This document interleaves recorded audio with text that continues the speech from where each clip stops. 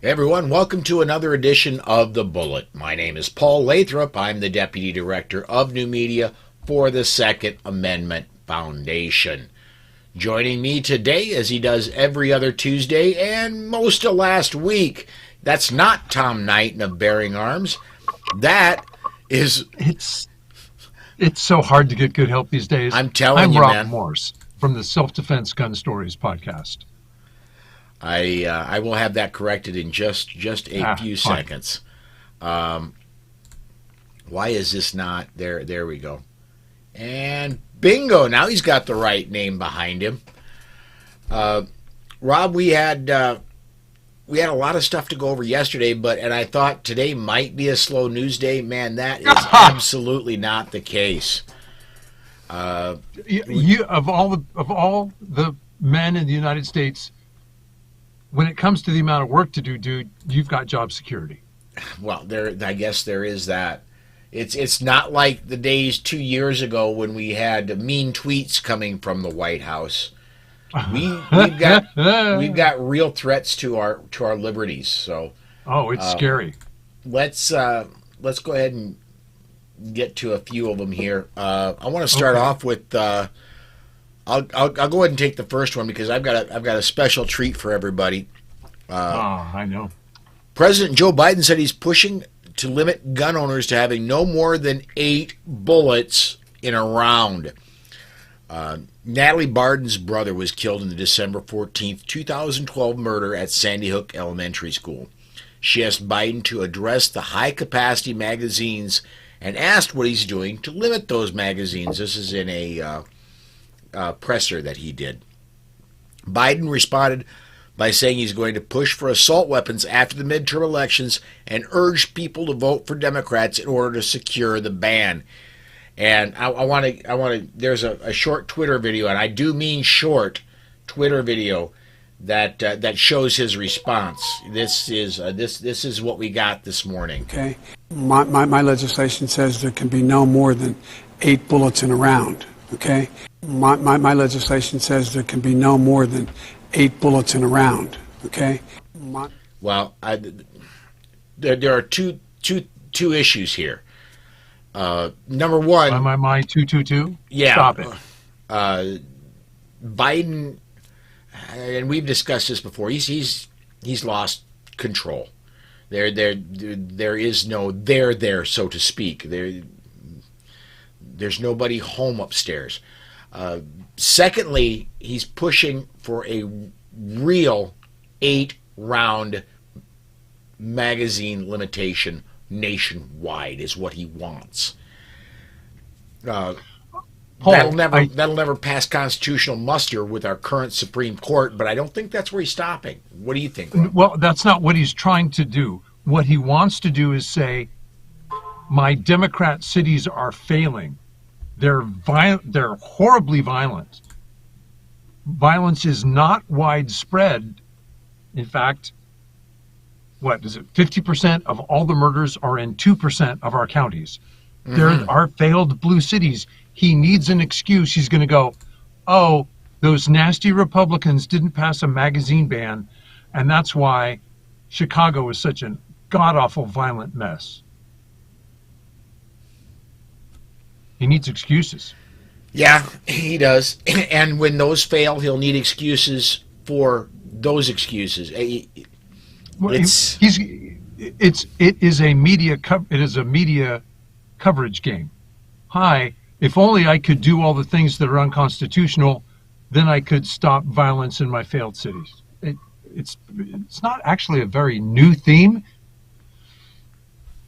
Yeah, and I seen on my news search this morning, I seen multiple instances of this fake river of iron river of guns that is flowing towards Chicago, right. That is flowing towards New York, Baltimore, yep. toward D.C., yeah. St. Louis, toward Compton, toward Richmond.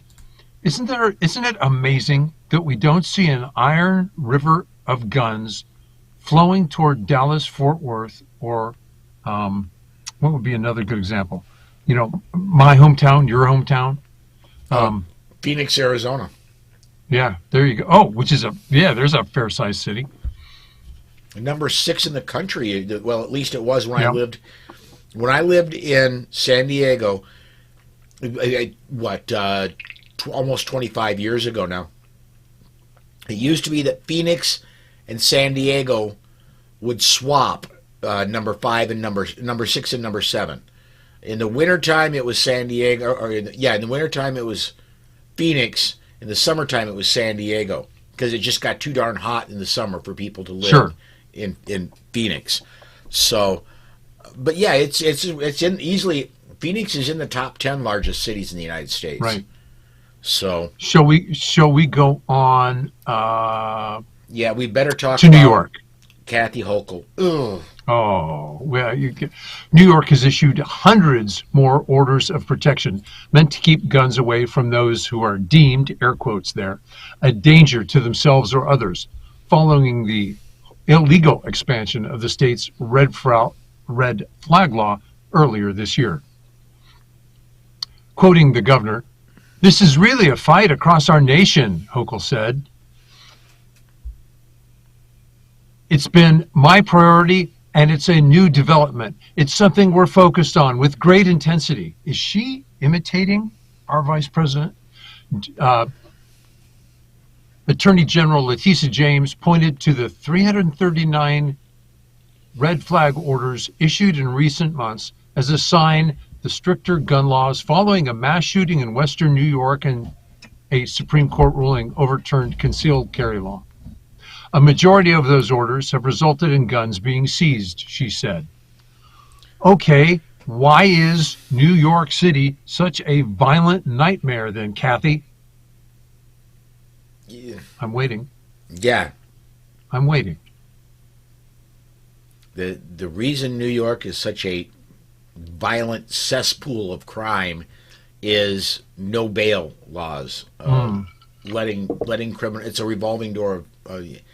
We caught you, and don't do it again, but we're going to let you out. Shall we go to Oregon, or do we have comments yet? Let me go look to see if we have comments. Let me make sure I've got everything hooked up correctly for comments. I do. And Smeggy's going back to the 9 bullets per round. And he's got actually a fairly clever one. He says, "I'm waiting for the reloaders to make a round with 9 projectiles shoved in it." Well, there's a lot of birdshot that has more than 9 projectiles per shotgun round. President Biden isn't that clever. But Yeah. good point, Smeggy. Yeah, let's talk about Oregon. The ballot measure 114 in Oregon, and our good friend John Petrolino wrote this one up for Bearing Arms. It's an unconstitutional anti-gun package that includes a state-run government registry of gun owners' personal information, and we see how well that worked in California, and firearms that requires a permit to purchase a firearm, proposes an infinite delay on background checks, and bans any magazine with over a 10-round capacity. Here's a short list of things it'll do. It's an unconstitutional ban on ammo magazines with more than 10 rounds, would require government permission to exercise your Second Amendment constitutional rights, would allow your personal information to be added to a government registry, would require a permit to purchase or transfer any firearm in the future. Applicants cannot obtain a permit without first passing a law enforcement firearms training course. Something, by the way, law enforcement is not required to offer. Law enforcement agencies are not required to offer the training course, but they are the only ones who are allowed to offer the course. And finally, first-time firearm owners may find it impossible to obtain a permit because, oh, by the way, the permit to be able to buy a gun means you have to have this training. You have to have live fire in this training. It means you've got to have a gun to get a permit to buy a gun. If you don't already have one, you're going to be in a tough situation. Remember, Paul, there's long been, and the anti-gunners help promote it, the they're blurring the distinction between possession and ownership. So, can I give you a gun for a class you're going to take this weekend? Well, that's an ownership transfer. No, it's not. It's my gun. I gave it to him. I'm the owner. He's the possessor. Well, that's illegal. Show me in the law where it says that's illegal. So that's the distinction they're trying to make. Yeah. Fortunately, we're seeing a lot of those issues already being addressed in court. California already has the 10-round magazine limit in court. Oregon and California are in the same district. What I predict is that in order to drag this out longer, when California loses, they will not appeal to the Ninth Circuit. They'll take a small victory rather than the potential. They'll give us a small victory rather than letting it go to the Ninth Circuit or perhaps the Supreme Court and see a nationwide defeat. That's entirely possible. Keep in mind that wasn't that the Peruta case? The Peruta case? Or was Peruta about something else? No, that was Peruta, but that's the Supreme Court declined to hear Peruta. Supreme Court kicked it back to Ninth Circuit, said, look, we're not going to hear this right now, but we're going to send it back to you, read Bruin, take Bruin into account, and we'll return it to you. I don't think so. I don't think that it was Peruta. Let me check. Read on, my friend. All right. The next one, and we touched on this last night on Polite Society. I am actually rather encouraged by this. There are 6 states in the United States that do not have a form of the Second Amendment in their state constitution. Iowa is one of them, and they're looking to change that this coming November, in just a few weeks. I'm going to read what is up for public vote word for word. The right of the people to keep and bear arms shall not be infringed. The sovereign state of Iowa affirms and recognizes this right to be a fundamental individual right. Any and all restrictions of this right shall be subject to strict scrutiny. The Des Moines Register, which is somewhere just to the left of the New York Times, did a poll, and they found that 58% of people they surveyed, of likely voters they surveyed, say they're going to vote for that amendment this election, and 37% of the people they surveyed say they're going to vote no. It only needs 51% to pass. It only needs 50% plus one vote across the entire state to pass. Right. Peruta was a case that was, it was a guy who was out of state. He was in San Diego part of the year. He asked to get a carry permit. San Diego said no. He pushed it to the Supreme Court. They declined to hear it. That wasn't one that was recently overturned, but it is an interesting issue. In New Jersey, for example, we're now seeing honest-to-goodness carry permits issued to ordinary citizens, including some people from out of state. So hopefully there's some people who might be part-time Californians, and they might soon have a chance to get a permit. Yes, absolutely. Well, if you're part-time California and part-time New Jersey, that means you're flying a lot, and it means you picked 2 really anti-gun states. Why did you do that? Right, but all right. The only thing I could think of is job requirement. That's the only thing I could think of. Right, there you go. But and God bless you, and good luck. But fix your life, right? Yes. Comments, or shall I take us to Washington? Yeah. Michael just commented here. Let me get that one in. He said he voted today and voted yes on the Iowa constitutional amendment. One of the big things about Iowa, why they wanted to push this forward, and I mentioned last night on Polite Society, it takes 3 years to get a constitutional amendment through in Iowa. It's got to pass the legislature in 2 consecutive years. Then the third year, the public gets to vote on it. The reason they wanted it, and they started this process 3 years ago.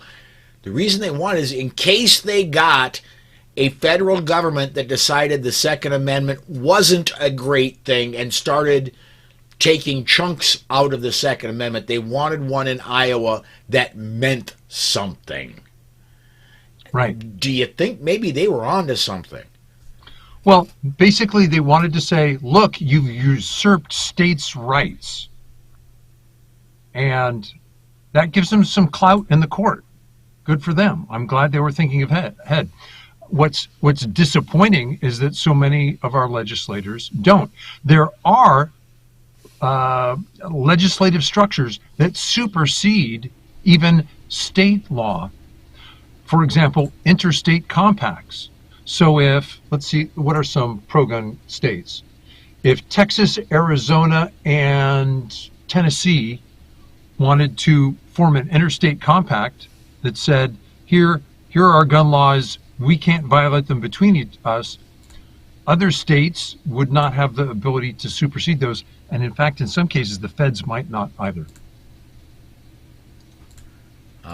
For some reason, and I don't know why, there is my software is not picking up Facebook. I just went over and checked Facebook itself. The comments are not getting to my software off of Facebook, but I want to get a few comments about off of Facebook because there have been several and I just haven't seen them. Michael, going back to the 8 bullets per round, wants to know, and he read it like we read it. It's going to be an 8-round mag limit. What's he going to do about 10-round revolvers? And they are out there. Yeah. Well, that's not a magazine. That is true. I see. Look, I just think that means Slow Joe has finally gotten religion. He's realized that John Moses Browning was right. 45 or 40 or go home. Oh. I'm sorry, 45 or 10 millimeter. There we go. All right. I like 223 myself. Let's okay. Well, okay. I'm thinking handgun there, Paul. But no. I get it. Yeah. And let's see. Michael, also a couple more comments. Oregon has been infected by neighboring California, and like New York has infected New Jersey. You know, I wonder if New Jersey. I wonder if that isn't like. Didn't maybe New Jersey infected New York? Well, okay, but you get to downstate New Jersey. Remember they used to call it the Garden State. Yes. Big parts of it were rural. Get away from the coast. Get away from New York City. Yes. So get off the coast in California. They've been trying to split that state up because if you don't live near San Francisco or near L.A., you wonder what all those crazy people are talking about because you might as well live in Kansas as far as the way your local community behaves. Unfortunately, you're being governed by California law. A couple more. Gerald says there are plenty of 223 handguns now. There are 45 there are 4570 handguns. Not that I would want to shoot, but they have them. And Jack says Zeldin and Hochul debate is live at 7 p.m. Eastern time tonight. Anyone can watch it by just searching Google. Spectrum Cable is letting everyone view on their website. Hochul's in trouble. Polls that I saw show her trailing in her election bid. And I'm not going to call it re-election bid because she was never elected. Can you imagine the fireworks that will happen if they retain their attorney general and they have a Republican for a governor? OMG. Yeah. That'll be exciting. What were you thinking? I'm thinking that's a pay-per-view type thing. If you could get cameras installed in the offices, yeah, that's Perfect. Perfect. Let's go to Washington, shall we? Yes, Or let's is there do that. one more comment? Le- A man from, go ahead. Go. A man from Puyallup, Washington, is calling for changes. He's so outraged. He says he had to confront suspects who stole his wife's car, and law enforcement never showed up. Well, a couple days later, Michael Wilson said someone stole his wife's car, and they then spotted the stolen car in a local parking lot. His wife called South Sound 911. The dispatcher said, yeah, officers are on their way. He says he didn't know if the suspects were armed, but he wasn't taking any chances. He grabbed his gun. Okay, sideline. Why wasn't it on his hip in the first place? He saw two people who were in his car, and they were in the process of getting high. If the police were there in 5 minutes, they probably would have found them. Close quote. Both suspects took off. Quote, we waited for an hour to see if the cops would come. During that hour, the cops never showed up, but one of the guys that was in my car came back. I used my Second Amendment rights to stop them from trying to get into my car. Close quote. The owner presented his firearm after his wife was on the phone to police. The druggies were on the phone to the police because the owner had his gun out.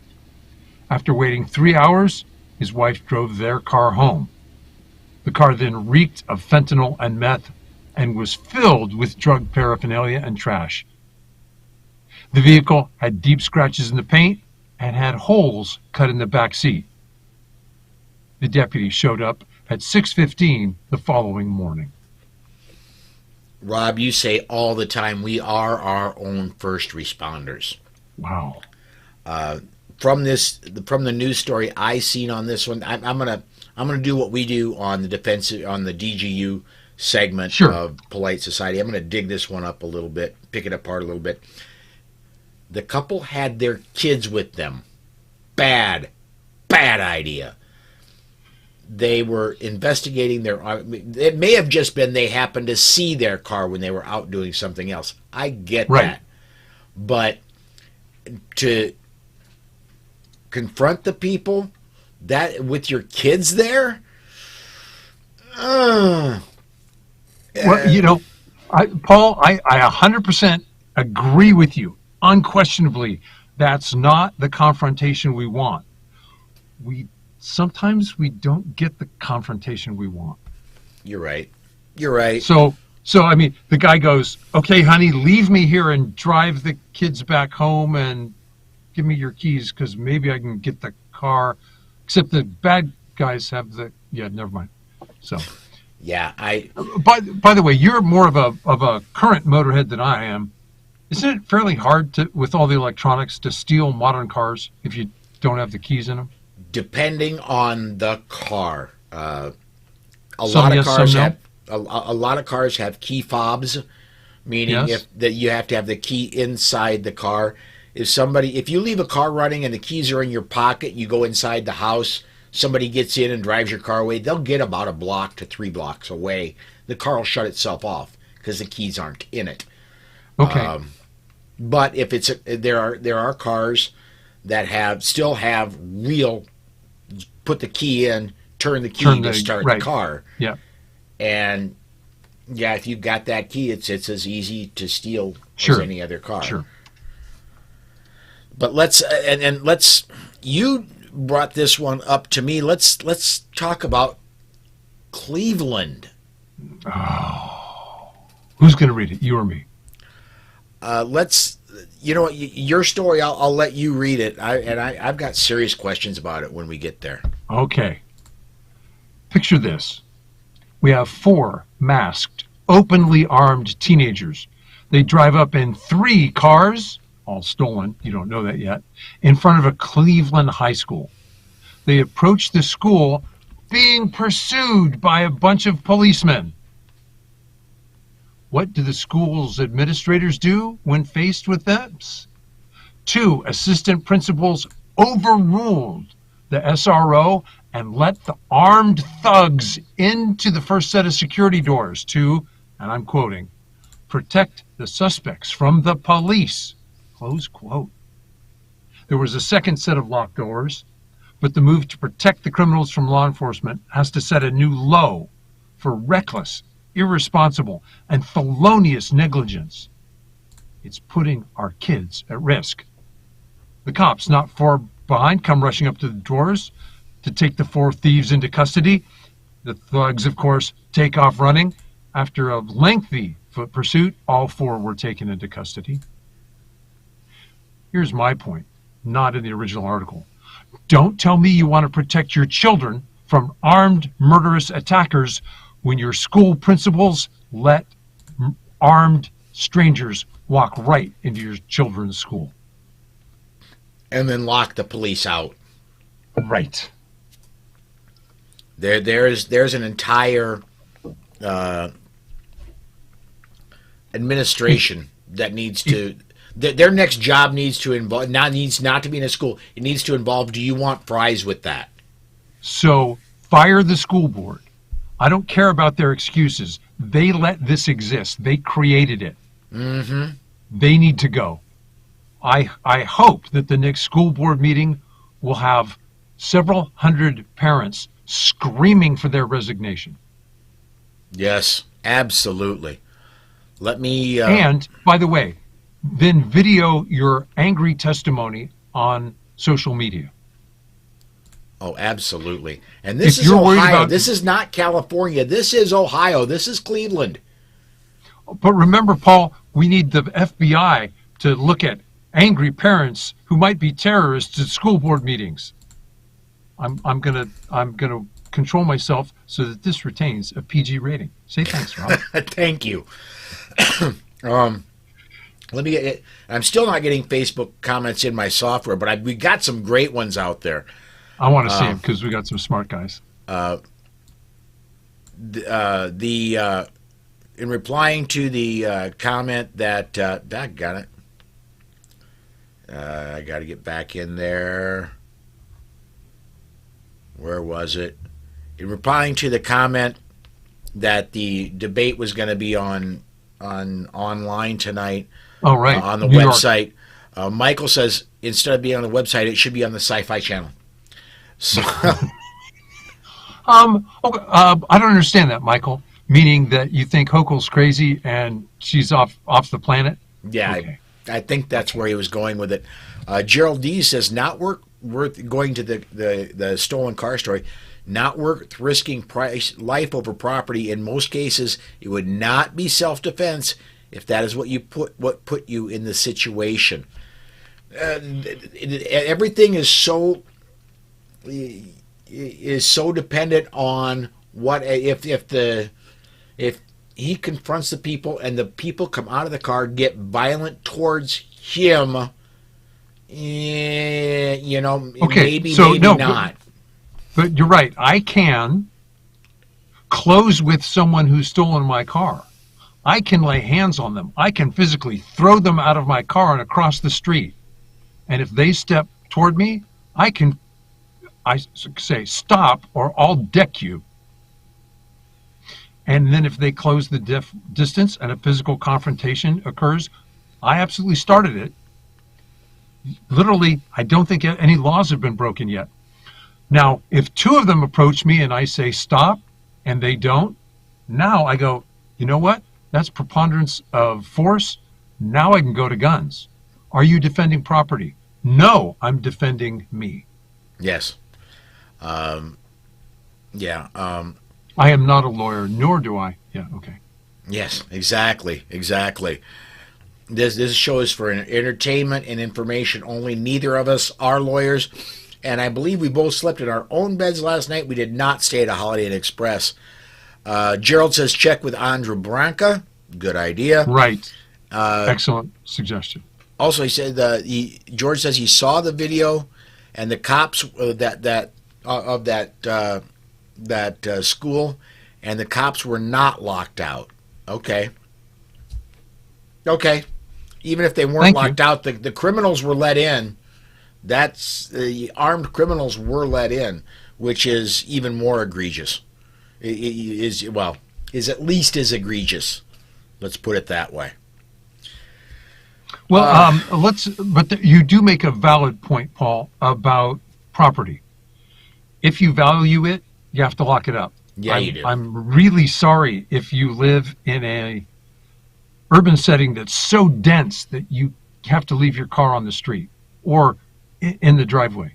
I get it. But people in rural America have been fighting that problem for years. Oh, there was something sitting in my backyard. It's 2 miles to my neighbor's. Yeah, and if you want to hold on to it and not have somebody steal it, you better at least put a fence around it. Yeah, times have changed. I grew up, the nearest neighbor to us was 3/4 of a mile away. And we never, ever, ever locked our doors. We never took the keys out of any vehicle. And when I asked my dad about that as I was getting to be a teenager, Dad said, if the neighbor needs to borrow the pickup, how is he going to do that if the keys aren't in there? Right. It was a different society. Yeah. Course. So. It was a trust society. I appreciate yes. it. And we absolutely do not live in that society anymore. Rob, we are totally out of time. On our way out, man, tell us about Self-Defense Gun Stories. Tell us about your blog. Tell us about anything else you want to plug, man. I host the Self-Defense Gun Stories podcast, and I co-host the Polite Society podcast with Paul Lathrop. My blog is at slowfacts.wordpress.com. I posted there this morning. From there, my writing is picked up at Amoland. Very cool. All right, folks. That is our 30 minutes for today. We're going to go ahead and shut it down. Tomorrow, Wednesday, is Dan Waz. Looking forward to that.